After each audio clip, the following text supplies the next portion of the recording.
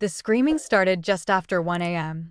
I remember the time exactly because I just finished translating a medical contract from Madrid and was lying on my sofa, still in the navy satin pajamas I'd been wearing since dinner, half listening to the sound of the fridge buzzing and my own thoughts spiraling.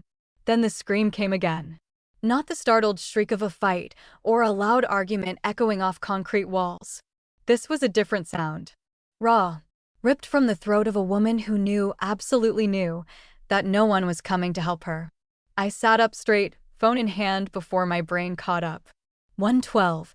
The dispatcher's voice crackled on the line, and I told her what I heard: a woman screaming in the apartment next door, the sound of something shattering, a male voice shouting. She said units were being dispatched. Told me to stay inside. Lock the door. I did. I waited. 15 minutes. Then 30. Then an hour. The screaming had stopped, replaced by a silence that pressed in against my ribs like it had weight. Still no sirens. No footsteps in the stairwell. No help. I called again. Same response. Third time, I was told the matter had been logged and was under review. I'm not sure what changed between call 2 and 3. Maybe my voice cracked differently. Maybe they marked me as hysterical, but the operator sounded colder the last time. Detached. Like the system had already decided how this story was going to end. By the time dawn edged through the curtain, I was sitting on the couch in the same position, phone in hand, heart in my throat. I should have let it go. Should have put in earbuds like the guy upstairs always does. But something in me refused to look away. At 7 a.m., I did what I knew I shouldn't. Iole Trevisan, freelance translator, no criminal record, not even a parking ticket. I left my apartment and walked next door. Martina's door, my neighbor, was cracked just slightly. Not kicked in. Not broken. Just wrong, like someone had closed it behind them in a hurry. I knocked once. Then twice. Martina. My voice came out small. No answer. I pushed the door. Stepped inside. Everything smelled, still. Like blood and bleach and something else I didn't want to name. The living room was wrecked. Furniture overturned. Coffee table cracked. A crimson stain on the carpet that stopped me mid-step. And in the hallway, standing like he belonged there, was a man in uniform. Detective Giovanni Corsi. The one I'd seen smiling at kids on his rounds. The one I thought would be the first to show up when I called for help. His hands were bloody. His face was calm. He looked at me the way a person might look at a problem they'd just realized hadn't been solved yet. Iole, he said. Like it was personal. Like I was next. Before continuing the story, please consider giving this video a like, share it, and subscribe to the channel. Your support helps bring more stories to you. The hallway was narrow. Too narrow for 3 people and all the danger suddenly trapped inside it. Corsi didn't move. Neither did the other man, taller, older, with dark hair slicked back and a face like a cut from black marble. His black shirt clung to him like shadow, the top buttons undone to reveal ink across his chest, and yet somehow it was his eyes that held the real threat. Flat. Cold. Measuring. Step back, detective, the man said, voice low, cultured, disturbingly calm. Corsi didn't flinch. His bloody fingers flexed. This doesn't concern you, Marchesi, he answered.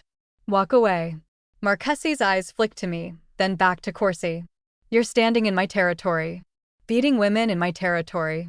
That makes it very much my concern. My breath caught in my throat. Not because I recognized the name, I did. Everyone in Palermo did.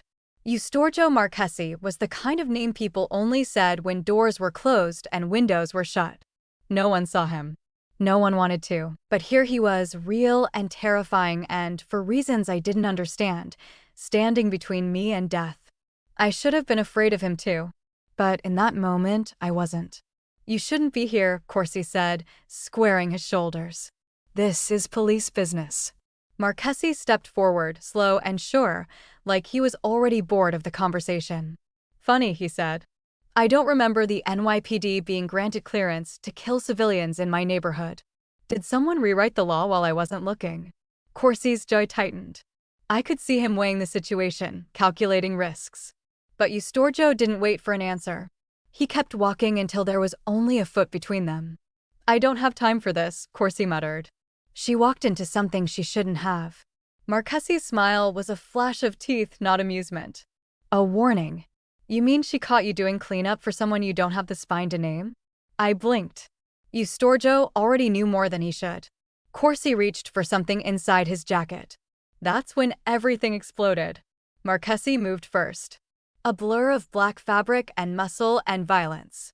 He slammed Corsi's arm against the wall before the gun could come free, and the sickening crack that followed made me flinch. Corsi shouted, stumbling, but Marchesi didn't let go. He twisted, driving a knee into the detective's ribs. The gun clattered to the floor. Blood smeared down the wall, a second stain beside the first. Stop! I yelled, but my voice was nothing compared to the sound of fists landing, one after another, until Corsi hit the floor. He coughed, wheezing, trying to crawl away. Marchesi stood over him like a reaper in designer clothes, breathing hard but not shaking, not even a little. Tell your boss, he said, if he wants to play in my backyard, he needs permission. This is your last warning. And then he stepped back. Corsi spat blood onto the tile. He glared at me, then Marchesi. This isn't over, he growled, dragging himself upright. You don't know what you're interfering with. I do, Marchesi replied. Which is why you're still breathing. And then Corsi limped out the door, one arm cradled and the other streaked with red. The apartment fell into silence. I couldn't move. Not even when Marchesi turned to me slowly, like he was trying not to spook me. His eyes swept over me, from my tangled hair to the tremble I couldn't hide in my hands. There was blood on my cheek. It wasn't mine. You okay? He asked. I opened my mouth. Nothing came out. So I nodded, even though I wasn't. He reached into his pocket, pulled out a white handkerchief, real fabric, embroidered with a gold M. Gently, he offered it to me. Wipe your face, he said. You're scaring the wallpaper. That earned a small, ragged laugh from somewhere inside my panic. I took the handkerchief with shaking fingers and wiped at the blood on my face. It smeared at first. I didn't care. It was something to do with my hands. That was Giovanni Corsi, I managed finally. He's a detective. He's supposed to protect and serve. Marchesi finished.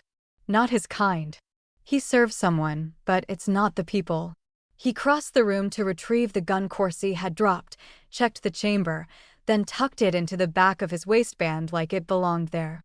He didn't ask for permission. Everything about him said he never did. Why are you here? I asked, finally finding my voice. How did you know? I know everything that happens on the street, he cut in. Especially when a cop shows up without clearance. I stared at him. You're not a cop. No, he said simply. I'm worse. But at least I have rules. I didn't know what that meant. Not really. But I believed him. He wasn't looking at me like prey. He wasn't looking through me. He was watching. Calculating. Measuring the shape of me, but not like a threat. Like a problem to solve. Iole, right? He said. Apartment 3C? I blinked. How do you called emergency services 3 times last night. My blood ran cold. You listen to my calls? Marchesi stepped closer. Every call goes through the central relay, he said. I've got ears where it matters. He stopped a foot away from me. You were the only person who called for her, he said. The others heard and did nothing. You didn't. That makes you inconvenient. Brave, but inconvenient. He tilted his head. Smart girl. But stupid choices. Something inside me snapped. Then why help me? I asked. Why come at all if it's such a problem? His answer was immediate. Because I hate watching women bleed on my floor. Then softer, almost to himself, and because I hate when someone steps into my house like they own it. The line between justice and ego was razor thin. But I was still standing. And I owed him for that. He looked at the door like something else was waiting beyond it. You can't stay here, he said. He'll be back. Or someone worse. I can't just disappear, you already have, he cut in. No report. No witnesses. You go back to your apartment, you're a loose end. And loose ends don't live long. I looked at the mess around us. Martina was gone. The blood on the floor had begun to dry. And outside, the world kept moving like nothing had happened. No sirens. No flashing lights. Just silence. What are you going to do with me? I asked. Marchesi gave me a look I couldn't read. That depends, he said. On what? On whether you keep being smart. He turned and walked to the door, gesturing for me to follow. I didn't move at first. Then I did. Because staying meant dying. And whatever Marchesi was, however dangerous, he wasn't the one who'd tried to kill me. As we stepped into the hallway, he looked at me again. There was something new in his expression. Respect, maybe. Or curiosity. You're lucky I was watching, he said, almost like a joke. But his voice was sharp as glass, and I understood. He wasn't just watching me. He was warning me. The car was silent. Not because the man beside me was quiet, though he was, but because my mind had gone somewhere past fear and landed in a strange kind of numb. Outside the tinted window, the streets of Palermo blurred into empty coastline, streetlights trailing like ghosts in the fog. Eustorgio Marchesi drove like he had nowhere to be but always got there on time. And I sat there in his passenger seat, clutching a silk handkerchief stained with someone else's blood, wondering when my life had stopped belonging to me. The road twisted along the coast, past rocky cliffs and sleepy villas lit by moonlight. I should have asked questions. Fought harder. But something about his presence made resistance feel like a waste of energy, not fear exactly, more like inevitability. Like gravity. Like the sea beside us. I should call someone, I said, finally breaking the silence. He didn't look at me. There's no one to call, he said. Your report never went through. There's no official record of your 112 calls. You don't exist in this story anymore. I stared at him. What are you talking about? Corsi scrubbed it, he continued. Rerouted your calls through a dirty dispatcher. It's already buried. I opened my mouth to argue, but he held up a hand. You're a translator, Iole. Not a ghost hunter. You stumbled into something built to stay hidden, and people like Corsi don't leave paperwork behind. The numbness in my chest deepened, swallowing my lungs. We turned off the road onto a private gravel drive lined with olive trees and old stone walls. The house was nestled between the cliffs, a minimalist concrete villa with black iron gates and no neighbors for miles. It was beautiful in a way that felt entirely designed, like even the moonlight had to earn its place here. Eustorgio parked without a word and came around to open my door. Not polite. Not chivalrous. Calculated. The inside of the house was quiet, almost clinical, black tile, white walls, high ceilings. Security cameras blinked discreetly from corners. A woman appeared from the hallway, early 60s, warm face, eyes that tracked everything. This is Maria, Eustorgio said. She'll get you cleaned up. Maria didn't speak much. She led me down the hall to a guest bedroom bigger than my entire apartment. I stood in the middle of the floor while she pulled fresh towels from a cabinet, turned down the bed, and laid out clean clothes. Soft cotton leggings. A white blouse. No buttons. No tight zippers. She'd chosen comfort, or maybe she'd done this before. Grazie, I said, voice smaller than I wanted it to be. Maria just smiled, touched my shoulder, and left. I showered with the door unlocked, because something told me locks here were symbolic. When I emerged, I found tea waiting on the table and a view of the sea through the floor-to-ceiling windows. The kind of view you pay for in secrets. I found him standing on the balcony, one hand in his pocket, the other holding a glass of scotch. The breeze ruffled his shirt, half unbuttoned again, revealing more tattoos that seemed too deliberate to be decorative. I didn't say anything at first. I just leaned against the doorframe, feeling human again in clean clothes and damp hair. He didn't look at me, but he spoke like he knew I was there. You think I dragged you out here for fun? No, I said. I think you dragged me out here because I'm a problem you don't want left unsupervised. That earned the ghost of a smile. Smart girl. You keep saying that like it's a warning. He turned to face me, glass still in hand. It is.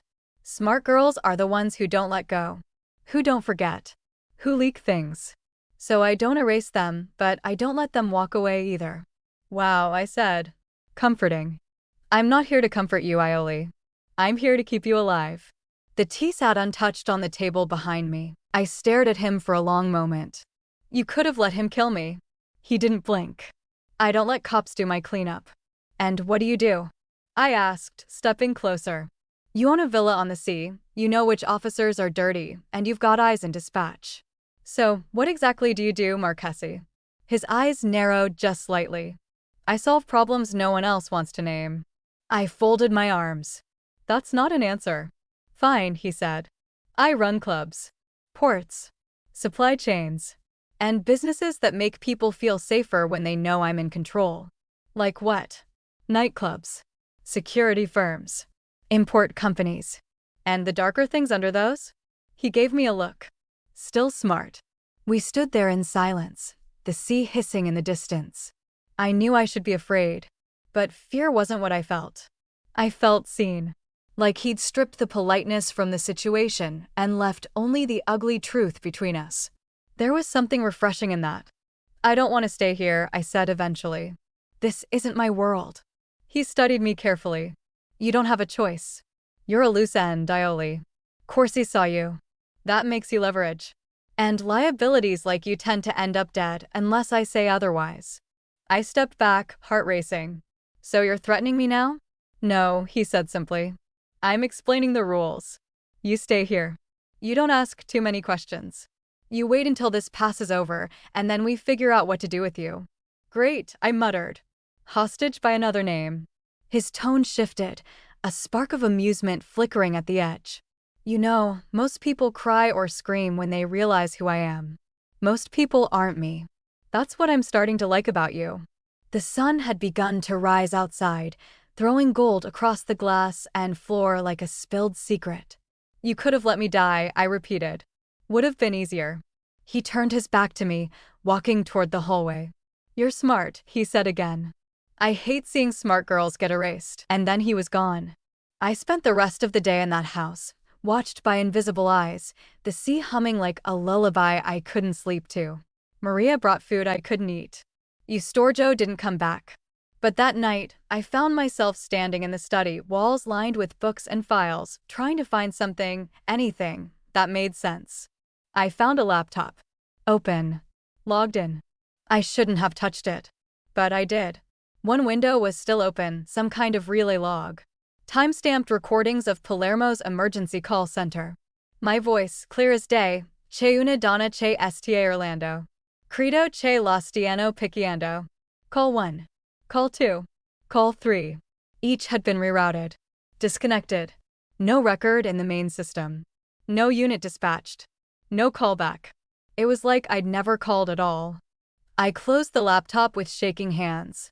My mouth dry. My heart beat louder than the sea. And in that moment, I understood the size of what I'd stepped into. It wasn't about a scream anymore. It was about who had silenced it. What would you do if you found out the police erased your call for help and the only person willing to protect you is a criminal? If you're hooked, subscribe for the story. It only gets darker from here. I couldn't sleep. Not that night. Not after hearing my own voice on that laptop, desperate, ignored, erased. I wandered the villa barefoot, the silence thick with secrets and surveillance, wondering what it said about me that I felt safer in a Mafia safe house than I ever had in my own apartment.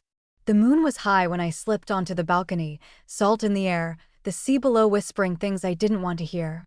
Maria found me in the morning, handed me a cup of espresso and a tired smile. She didn't ask questions, and I didn't offer explanations. By now, we both understood the rules of this place: speak only when needed, and never about what can't be undone. But when I wandered back to my room and opened my suitcase, something odd caught my eye. Wedged in the side pocket of the bag I'd grabbed during my escape from the building, something small, black, plastic. A USB. No label. No brand. Just a single strip of tape across the middle, with one word in faded red ink: Valley. My heart skipped. Martina Valley. My neighbor, or rather, the ghost of the woman I thought I knew. I held it in my palm, weighing it like it might explode. Had she slipped this into my bag? Was it hers? Was it meant for someone else? There was only one way to find out. The office door was ajar. I slid in quietly, half expecting alarms or lasers or Marchesi himself waiting in the shadows. But it was empty, save for the hum of machines and the dust of silence. I sat at the desk, plugged in the USB, and waited. It didn't take long. Encrypted files filled the screen, folders labeled in shorthand, numbers and letters and dates that looked like shipping records. Port logs. Customs clearances. Hidden beneath layers of code, I found something else: names. Familiar ones. Powerful ones. It took me half an hour to bypass the encryption on one document, a ledger maybe. Eustorgio's name wasn't there, but others were. High-ranking politicians. Port authority officers. CEOs of major logistics companies. The kind of people who didn't make headlines because they owned the headlines. And beside every name was a number, a route, or a woman. I scrolled faster. The weight in my chest thickened with each line. Human trafficking. Routes disguised as shipping manifests. Women listed like cargo, tracked between cities, stamped with processed dates like they were cattle. My hand shook on the mouse. This wasn't just blackmail, it was evidence. Martina had been building a case. And someone powerful, had decided she was too close. That someone had sent Corsi. I was still staring at the screen when the door creaked behind me. I didn't look. I should have known, Eustorgio said, voice low, unreadable. You really can't help yourself, can you? I found it in my bag, I replied. I thought you planted it. He crossed the room slowly, his steps soft, almost too soft for someone with so much weight behind him. I didn't, he said. But I recognized the contents. He leaned over me, one hand on the back of the chair, his eyes scanning the screen. You shouldn't be looking at this. Why not? Because knowing this makes you more valuable and more dangerous, he replied. I turned to face him. Martina was trying to expose this, wasn't she? His jaw tightened. She was working with someone higher up. She thought she could stay quiet, gather proof, then leak it safely. And Corsi was supposed to protect her, he said bitterly. Instead, he flipped. Sold her out to the same people she was trying to bring down. I stared at him. Was it you? No, he said, meeting my eyes. If it had been me, she'd still be alive. He sat down across from me, rubbing a hand over his jaw. I tried to warn her. Told her she was being reckless. But she thought justice was something you could summon if you were loud enough. She wasn't wrong. She was, he said quietly. Because justice comes second to survival. Always. I looked at the screen again. At the names. At the women. At the proof she died trying to protect. She was brave. She was stupid, he snapped, then caught himself. I mean that in the kindest way. She believed in systems that weren't built to protect her. She tried to burn down a house without checking if anyone would hand her a match. In this world, bravery without strategy gets you killed. I didn't argue. I couldn't. What are you going to do with this? I asked. He didn't answer right away. Then, I'm going to sit on it. Use it as leverage if needed. But if you're asking me whether I'm going to the police or press no, why not? Because it'll get us both killed. And it won't change anything. I clenched my fists in my lap. So you're just going to let this keep happening? I'm going to make sure it doesn't happen in my territory, he said. That's the best I can offer. Not good enough. He stood, a wall rising back in his voice. Then don't be part of this. For a long moment, we stood there in the weight of what we couldn't agree on. Two people looking at the same wound with different ideas of healing. He didn't want justice. He wanted control.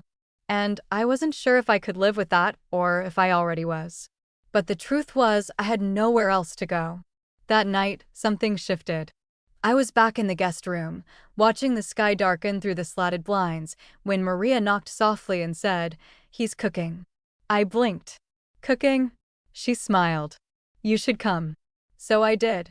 The kitchen was warm, softly lit, the scent of garlic and basil filling the air like memory. Eustorgio stood barefoot at the stove, sleeves rolled up, his hair mussed from running his hands through it. He didn't say anything when I walked in, just handed me a wine glass and pointed to the island. "Sit," he said. "You look like you need to eat something that didn't come from a box." I sat. Watched him move like he'd done this before. Not just cooking, but hosting. Taking care of people. There was something unnerving about that, like watching a lion make risotto. He plated 2 dishes and joined me, still not saying much. We ate in silence for a few minutes, forks scraping ceramic, wine softening the sharp edges between us. Then, finally, I spoke. You cook. He shrugged. I like feeding people. It reminds me I'm still human. I didn't know what to say to that. So I didn't try. But something in me softened. The man who had stood over a bleeding cop like a warning now sat across from me with flour on his hands and sadness in his eyes. It made no sense. And yet, it made all the sense in the world. She would have liked this, I said quietly. Martina.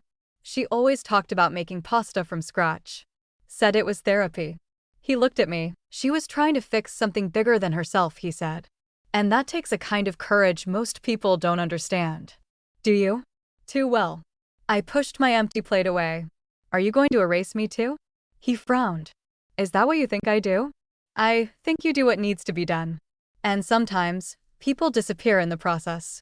He didn't deny it. But then he said something that stuck. If I wanted you gone, I wouldn't be making you dinner. There was no threat in his voice. Just truth. Plain and devastating. That night, I couldn't stop thinking about the file, the names, the women marked like they were nothing. And about Martina, who'd tried to be louder than the silence. And failed.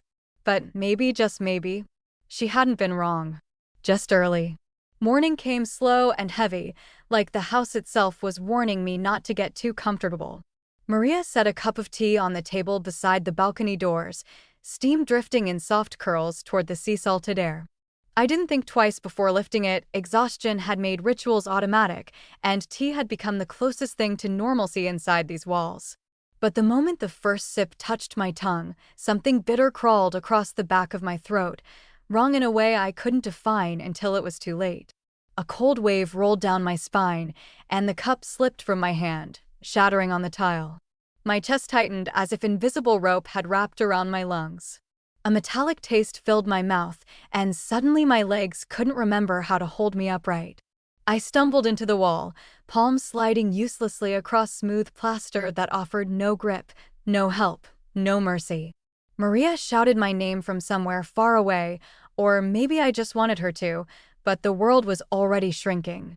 Then the room tilted, and I felt myself falling forward into a darkness that didn't bother to wait for permission. I woke to shouting. Hard, vicious shouting, the kind that clawed its way into consciousness whether you wanted it or not. My head throbbed, vision blurring around the edges, but I managed to turn it just enough to see Eustorgio standing over 3 men kneeling on the floor. His hands were bloody. And worse, he looked calm. Who touched her tea? He asked, voice low, deadly. None of the men answered, their silence broken only by the ocean outside beating against the cliffs. Eustorgio didn't raise his voice. He didn't need to. The menace was in the steadiness, in the fact that he was asking a second time. I tried to push myself up, but my limbs felt made of sand. Still, the room shifted enough that he noticed. He was at my side in an instant. One hand on my back, the other brushing the hair from my face like it pained him to see me crumpled there on the sofa. You're awake, he murmured, voice threaded with something raw. You shouldn't move yet. But I was already pulling away, desperate for answers, desperate for control I didn't have. What happened to me? I whispered. You were poisoned, he said, without cushioning it. It's an inside job. A tremor ran through me, subtle but unmistakable. Someone inside this house, inside his circle, wanted me gone. And they'd nearly succeeded. His focus snapped back to the men on the floor. Last chance, he said, wiping his bloody knuckles on a white cloth already soaked in red. Who touched her tea? One of the men, the youngest, flinched. That was all it took. Eustorgio moved like a blade unsheathed. He grabbed the young man by the collar, yanking him forward with a force that lifted him off his knees. The man choked, legs scrambling for balance that never came. Please, the driver gasped, his name clicked in my mind, Paolo. I had no choice. Eustorgio froze, but not with mercy. What did you say? He asked, voice quieter now, which was somehow worse. Paolo's eyes darted to me, full of fear, apology, something else I didn't want to understand. He said he'd kill my brother, Paolo whispered. Corsi said if I didn't help him get to the girl, Eustorgio didn't let him finish. He shot him point blank. The sound cracked through the villa like a curse, brutal and final, leaving the air thick with smoke and betrayal. Paolo collapsed, blood pooling beneath him, staining the marble an irreversible red. I screamed. My body reacted before my mind could catch up. I doubled over, nausea flooding through me in violent waves. I vomited onto the tile, tears blurring everything, my breath coming too fast, too shallow. Maria tried to take my arm, but I jerked away, trembling so hard my teeth clacked together. All I could see was Paolo's face, young, afraid, human, disappearing under the weight of the world I'd been dragged into. I don't want this, I choked. I don't want any of this. Eustorgio stood where he was, the gun still warm in his hand. For a moment, he didn't move, didn't approach, didn't speak, just watched me unravel in front of him like I was the only thing bleeding in the room. Then he knelt beside me, not touching me, but close enough that I could feel the heat of him. "You weren't supposed to see that," he said softly. And somehow, that made it worse. "I don't want this world," I whispered again, wiping tears with shaking fingers. "It's violent. It's wrong. And I'm not built for it. I'm not like you." His eyes lifted to mine slowly, something dangerous flickering behind them, not anger, but truth. "Then change it," he said. From inside. The words hit me like impact, not a threat, not a command. A challenge. And maybe something close to hope. He stood then, offering me a hand I wasn't ready to take. The dead man behind him, the blood on his palms, the ocean roaring outside, all of it blurred together. This was his world. Unforgiving. And now, whether I wanted it or not, it was mine too. But his voice stayed with me long after Maria helped me to bed, long after the villa fell silent, long after the shock stopped making my hands shake. Then change it. From inside. The world outside might have been made of monsters, but maybe he wasn't entirely one of them. And maybe I wasn't as powerless as I believed. If you were in Iole's position, trapped in a violent world you never chose, would you run from it, or would you try to change it from the inside? Share your thoughts in the comments below. Your perspective might shape how the story evolves. The blood had been scrubbed from the tiles. Maria had done it quietly, efficiently, no questions, no fuss, as if it were just another stain on another morning. But I couldn't stop seeing it. Not in the corners of the floor, but in the corners of my mind. Everywhere I looked, Paolo's eyes followed, wide, pleading, terrified.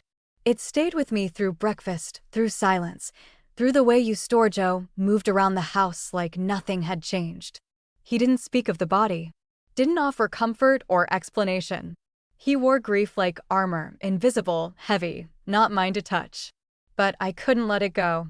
Late afternoon found us in the study, the light slanting gold across the bookshelves, dust drifting like something holy. He was on the phone, voice clipped, issuing orders I didn't understand. I sat across from him, watching, listening, weighing my place in a world that didn't want women to be anything but silent. When he finally hung up, I said it. "You kill like it's breathing." He didn't react, didn't flinch or argue. He just met my eyes, and for the first time, there was no mask. "I don't like killing," he said. "But sometimes, survival doesn't ask for your preferences. That's not good enough." I didn't offer it as an excuse. "Then what is it?" "The truth," he said. "You wanted honesty." I stood up, needing space, needing oxygen that didn't taste like moral rot. "So that's just who you are?" I asked. "Judge, jury, executioner?" His eyes followed me. "I wasn't always." "Prove it." He sighed, leaned back in his chair like the weight of what he was about to say required more than posture. "There was a woman once," he said. "Before all this. Before I stopped believing in clean exits and clean hands." He paused. "Her name was Rebecca." I didn't speak. Didn't need to. His voice carried the weight without help. "She was a journalist, sharp, curious, too brave for her own good. We were together almost a year." I turned slowly to face him. "And she tried to expose you?" He nodded. "She found out more than she should have. I warned her. Asked her to stop. But she didn't." "No," he said. "She thought love made her immune. Thought I'd protect her from the fallout. And I did, just not the way she expected." "What did you do to her?" "I didn't kill her," he said. "But I made her disappear." The words hung between us, heavier than the sea outside. I wanted to scream. Wanted to cry. Wanted to run. Instead, I whispered, "Where is she?" "Alive," he said.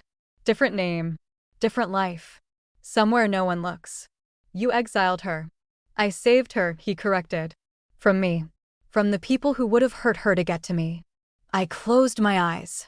Let the silence settle, let the truth burn through the denial I'd been clinging to like it was armor. This man, this dangerous, impossible man, had crossed lines I couldn't unsee.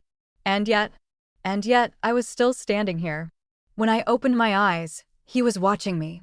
Not with expectation, not with defense. With a kind of quiet, like he already knew I was going to leave. But I didn't move toward the door. I moved toward him. I don't trust you, I said softly, standing just inches away. But I believe you. He blinked, just once, and in that 1 second, something shifted in his expression. I rose onto my toes and kissed him, not because it made sense, not because it solved anything, but because it was the only thing left that felt true. He kissed me back like he didn't know how to stop.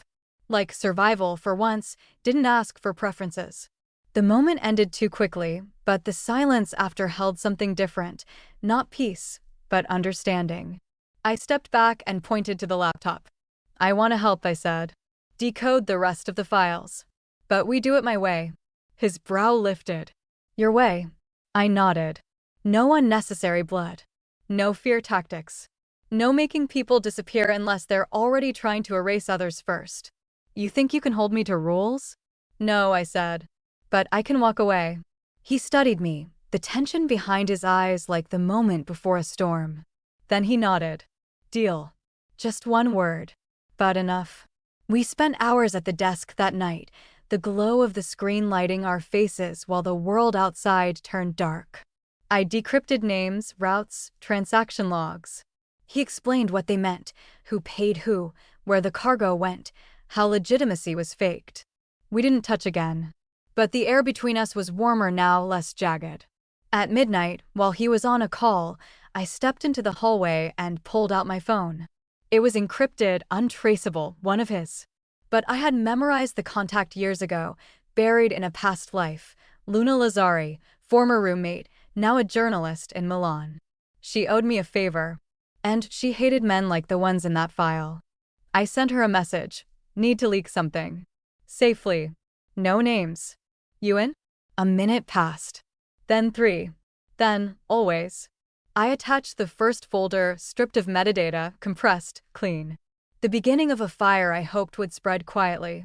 I slid the phone back into my pocket and returned to the office. Eustorgio was still on the call, barking orders in rapid Sicilian. He looked up as I entered, his eyes softening, just slightly. You okay? No, I said. But I'm still here. And maybe that meant something. The headlines broke 2 days later. Not softly.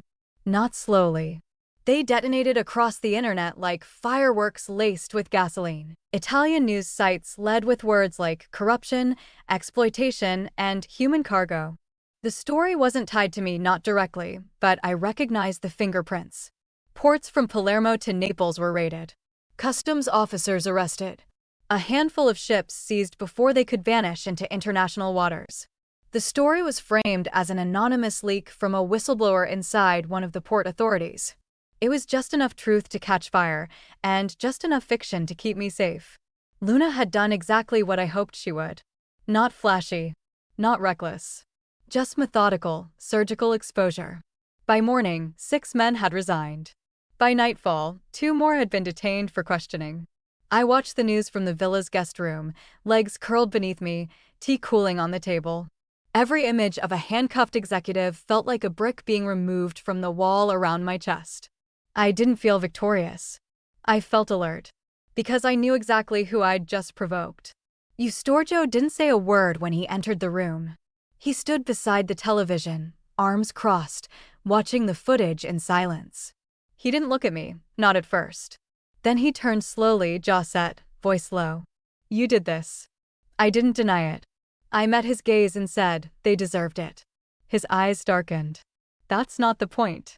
You just played your queen across a board you barely understand. So teach me, I replied. Show me how to move the pieces without burning the whole table. He walked closer, and for a second, I wasn't sure if he was going to shout or kiss me. Instead, he reached out and touched the side of my face with his thumb, gentle but firm. You're playing chess with devils, Iole. And devils don't play fair. I swallowed hard. You're angry. He nodded. I'm furious, he said, but also impressed. That disarmed me more than the threat ever could have. He sat on the arm of the chair beside me, watching me with a mix of frustration and something dangerously close to pride. You started something, he said. Now you have to survive it. What do you mean? They won't hit back in the press. They'll hit back in blood. An hour later, his men found the warning. A bullet casing wrapped in velvet, left on the gate like a calling card. No note. No threat. Just implication. Eustorgio stared at it for a long moment before saying one word, Marchesi. That was the shipping magnate's name, the one listed in Martina's files more times than I could count. He owned half the Mediterranean's under-the-table exports and, apparently, a temper to match his portfolio. He placed a hit, Eustorgio told me. You just became the loose thread he once clipped. I said nothing. I didn't have to. That night, Eustorgio moved me again. Not to another city. Not to another country. To his primary villa, deeper inland, behind gated stone, with guards who didn't blink and fences that didn't need warnings. The car ride was silent. When we arrived, the weight of the place settled around my shoulders like chainmail. It wasn't just safe. It was fortified. There were no soft corners here, no art, no warmth, no Maria.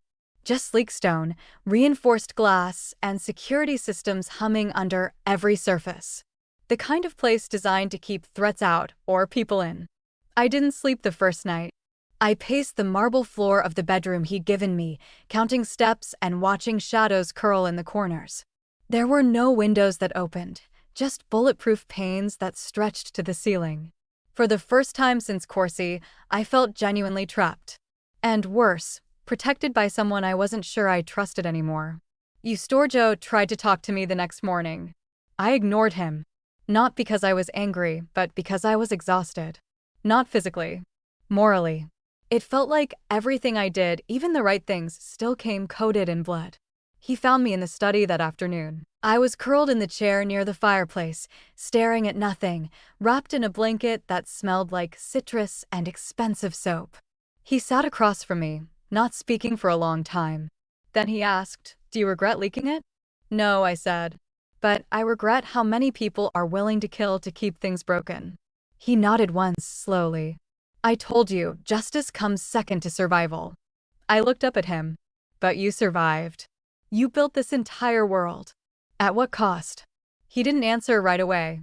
Instead, he stood, walked to the tall cabinet against the back wall, and opened a drawer. From it, he pulled a box, leather-bound, old, with rusted hinges. He brought it over, sat down, and opened it on the table between us. Inside were photographs. Black and white. Some stained, some curled at the edges. Faces of men I didn't know and one woman I did. Dark hair. Intelligent eyes. A hint of a smile she hadn't quite finished. Rebecca. I reached out slowly, fingers hovering just above the photo. He pushed it toward me. "That's the last one I had of her," he said. "Until recently." I looked up. "What do you mean?" He pulled out a second photo, this one newer, color, slightly bent at the corner. It showed Rebecca standing on a street corner in Valencia, wearing sunglasses and holding a newspaper. She was alive. Not just a memory or a guilt trip tucked into a drawer. Alive. My throat tightened. "You lied." "I didn't lie," he said quietly. "I said she disappeared. That I made it happen. But I never stopped watching." "You kept tabs on her?" "Wouldn't you?" he asked. I looked down at the photo again. She looked older. Wiser. Like a woman who knew how close she'd come to becoming a ghost. And maybe that's why he'd kept the photo, to remember who he'd almost buried. I handed it back.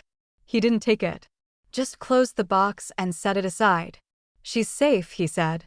"That's what matters." I didn't know if I agreed. But I knew I believed him. And for now, that was enough. The storm outside hadn't passed. But somewhere, deep inside this villa with its locked doors and impossible man, I felt something shift. Not peace. Not yet.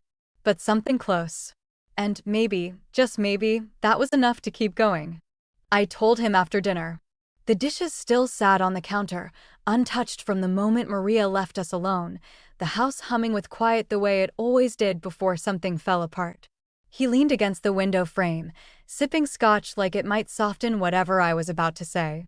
I stayed on the opposite end of the room, arms crossed over my ribs, heart thudding louder than sense. "I want out," I said. He didn't speak at first. Didn't argue. Didn't try to charm me with his calm voice or calculated warmth. Instead, he reached into a drawer near his desk, pulled out a small folder, and walked it over to me. Inside, a plane ticket, a bank card, and a set of documents bearing a name that wasn't mine. Madrid. One way. Departure at 8:45 the next morning.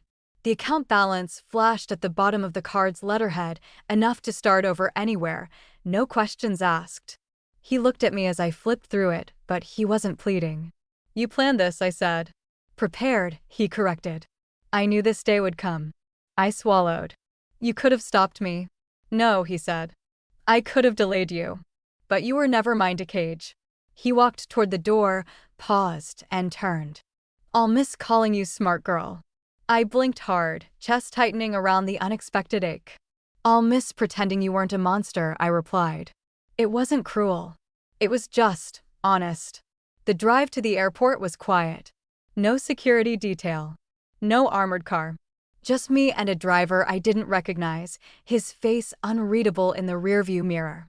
I watched the streets blur past like they belonged to a life I was already slipping away from. The villa, the sea, the marble, all of it folding into memory before I could decide whether I wanted to remember it at all.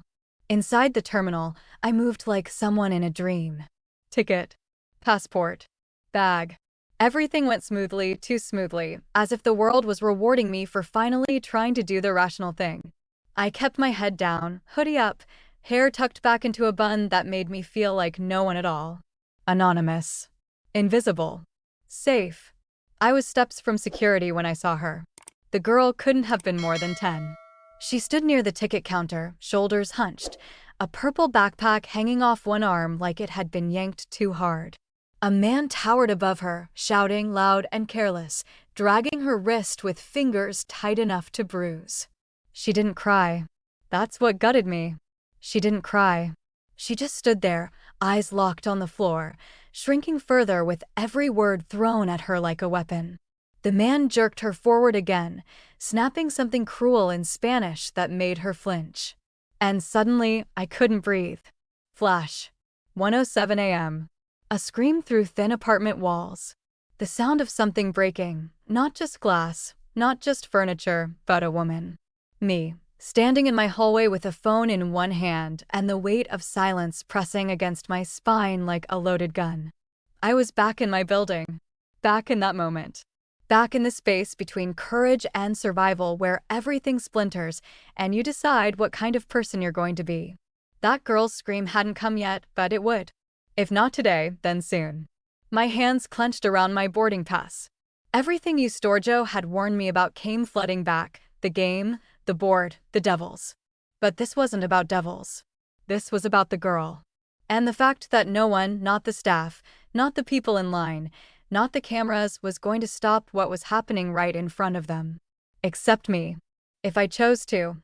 If I turned around. If I threw away the ticket, the identity, the clean slate. If I became the kind of woman who doesn't look away. I let go of the suitcase. It hit the floor with a soft thud, unnoticed in the rush of boarding calls and background noise. My feet moved before my fear caught up. I walked toward the girl, heart pounding like a countdown. And as I reached her, I said, "Hey, that's enough." The man turned, annoyed more than threatened, eyes narrowing as he looked me over. "Mind your business," he said in heavily accented Italian. I replied, slipping between them. "This is my business now." The girl looked up at me, wide-eyed, silent. And for a moment, I thought I saw Martina. Security arrived. Someone must have called. There was shouting. Papers exchanged. But it didn't matter. Because by the time I walked away from that scene, I wasn't boarding a plane. I was walking back toward something I didn't yet have a name for. I took a cab. Didn't call Eustorgio. Didn't warn him. Just showed up at the villa 2 hours later, shoulders stiff, clothes wrinkled, face exhausted. He opened the door himself. He looked at me like I was a ghost. Or maybe like I'd never left. I handed him the ticket, torn in half. "You offered me an escape," I said. But I remembered who I was before all this, and I couldn't walk away. He didn't say anything. Didn't reach for me. Just nodded once, almost imperceptibly, and stepped aside to let me in. I crossed the threshold without hesitation. Because I knew now. I wasn't running. I wasn't hiding. I wasn't pretending to be someone softer. I was staying. And this time, I was staying on my own terms. Have you ever come close to walking away from something important, only to realize, at the last second, that staying was the braver choice? Let us know in the comments below. And don't forget to subscribe for the story. What happens next will test everything Iole thought she believed. The front doors slammed open so hard the echo reached every corner of the villa. Iole didn't wait to be escorted in. She walked like she owned the floor beneath her, not a guest, not a survivor, but a woman who had chosen to come back. Her hair was wind-tossed, her coat unbuttoned, her hands empty, but her presence full. Eustorgio looked up from the hallway, stunned still, as she strode straight toward him. "You're supposed to be in Madrid," he said. She didn't stop walking. "I'm supposed to be a lot of things," she replied. He blinked. "Why?" Her voice was steady. "Because I have unfinished business." He said nothing for a moment. Then he stepped aside and let her pass again. Only this time, she wasn't a guest returning. She was a woman who'd buried her fear and come back wearing it as armor.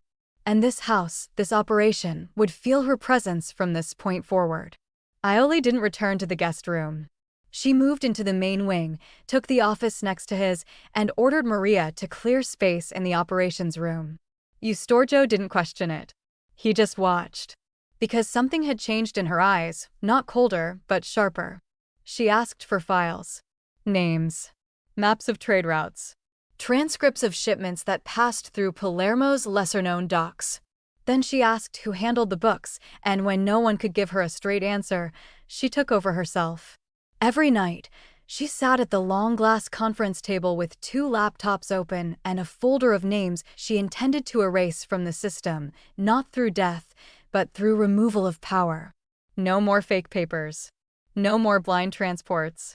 She flagged accounts used to launder trafficking payments and quietly froze them through shell nonprofits Eustorgio never knew she'd learned to access. And when she discovered 3 girls hidden on an inbound container from Tunisia, she rerouted the entire ship before it touched Sicilian soil. Eustorgio didn't ask where she learned any of it. Didn't ask how a translator became someone capable of rewriting criminal systems like she'd built them herself. He just watched her work with quiet, reluctant awe. "She's not just smart," he told Marco one night. "She's dangerous. And she's mine if she chooses to be." But not everyone admired her return. Not everyone accepted her authority. Whispers started.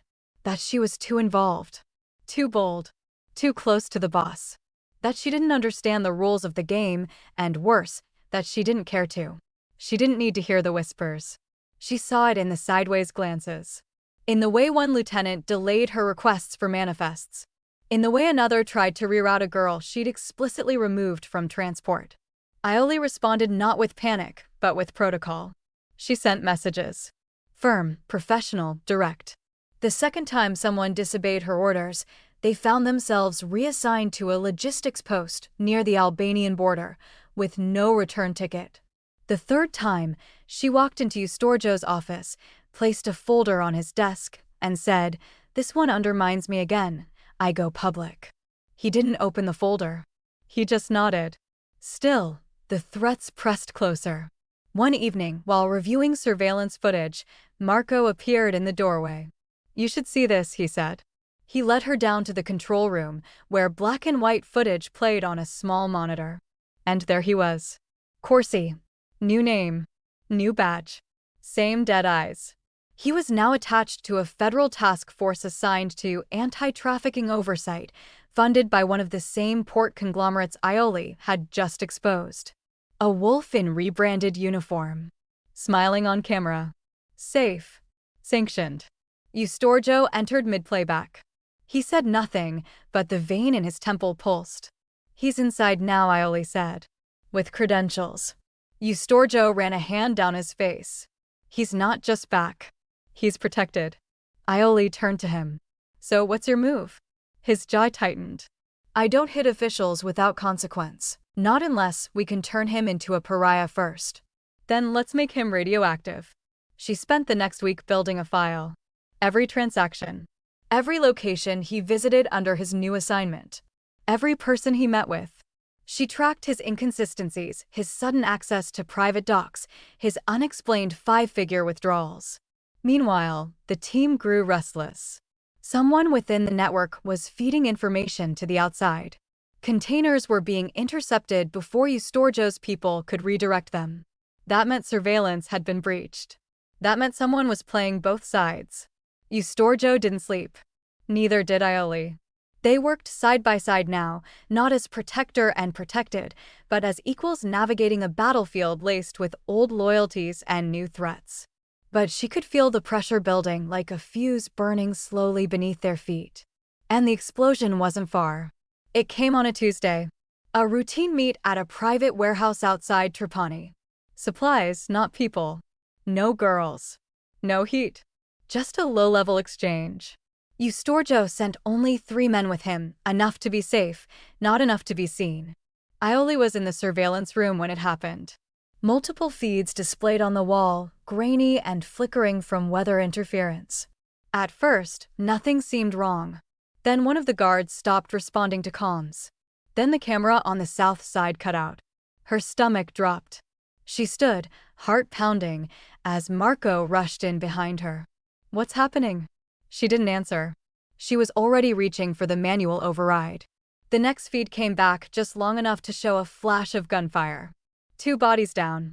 Eustorgio stepping backward, gun raised, blood already soaking into the shoulder of his shirt. She saw his lips move, barking an order, then the screen went black again. Iole stared at the static, her hands frozen on the keyboard. Get him out, she whispered. Marco was already calling it in, but in the space between orders and rescue, all she could see was that image, him, surrounded, bleeding, looking over his shoulder like he knew she was watching. And for the first time since she'd come back, she wasn't sure if he would survive. Not because he wasn't capable. Not because his men weren't trained. But because the enemy wasn't outside the gates anymore. He was already inside the walls. And he had a badge. They brought him back bleeding. Marco's shirt was stained at the shoulder from holding pressure to the wound, but it was Eustorgio who walked, barely, into the villa, face pale, lips tight. He waved off help until he hit the foyer tiles and collapsed without ceremony, like a king who finally stopped pretending the crown wasn't crushing him. I was there before anyone else, knees hitting the floor beside him, hands slick with blood. I didn't know how to stop. Don't close your eyes, I whispered. Not yet. The bullet had missed anything vital, but only just. Through the deltoid. Clean exit. Still, the blood loss was dangerous, and we didn't have time to risk a hospital. We stitched him on the dining table, Maria sobbing in the kitchen while Marco barked orders like he was holding the sky in place. I held Eustorgio's hand through all of it, even when he told me not to. You're not my nurse, he muttered through gritted teeth. No, I said. I'm the reason you're still alive. He tried to smirk, but it crumbled under the pain. I liked it better when you just argued with me. I'm still deciding if I forgive you for bleeding all over my floor. He slept through the night under heavy painkillers, body tense even in rest, like he didn't know how to be defenseless anymore.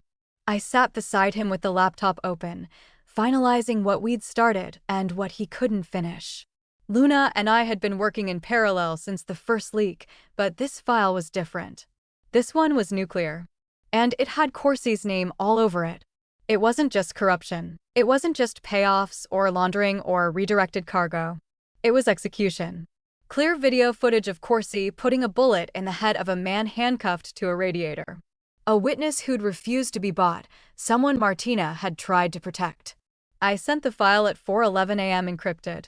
Watermarked.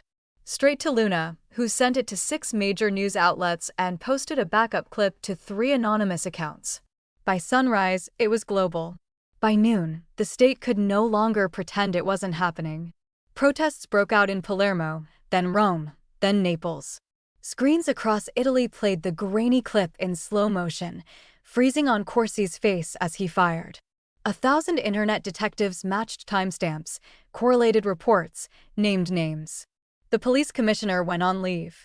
And Corsi, for the first time in his life, was on the run. They caught him trying to board a flight to Tunisia using a diplomatic back-channel passport. It didn't work. Interpol took him down in the terminal with a calm efficiency that made the whole country exhale.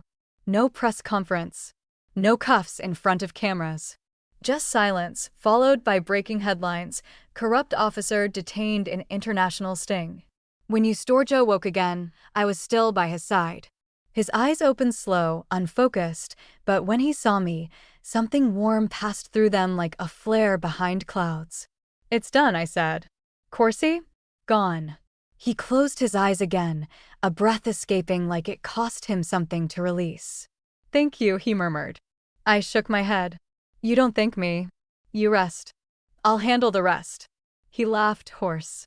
Dangerous woman. The following week passed in fragments: healing, recovery, transition.